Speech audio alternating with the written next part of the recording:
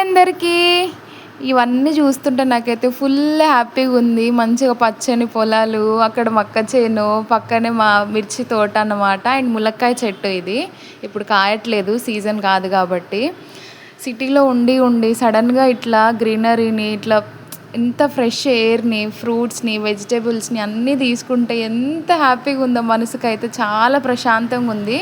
Mummy అయితే చిక్కుడుకాయలు వేసిందనమాట. So అవి హార్వెస్ట్ చేస్తున్నాం నేను మమ్మీ కలిసి. అండ్ తర్వాత స్వీట్ కార్న్ ఉన్నాయి కదా అని అవి కూడా తెంపుతున్నాం అనమాట.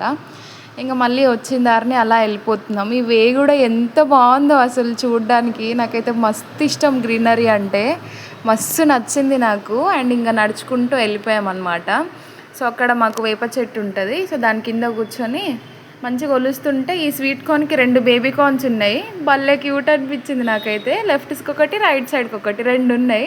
చూడడానికి భలే క్యూట్ అనిపించింది. సో ఏముందా అని నేను ఓపెన్ చేసి చూసిన అనమాట.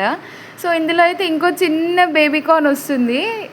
ఇంకా మంచిగా అనిపించింది నాకు, క్యూట్గా. ఇంత మంచిగా నేను ఓపెన్ చేసి దీన్ని మీకు చూపిస్తుంటే మా బర్రె వచ్చింది, సడన్ ఎంట్రీ అనమాట. వచ్చి అది లాగేసుకుంది స్వీట్ కార్న్.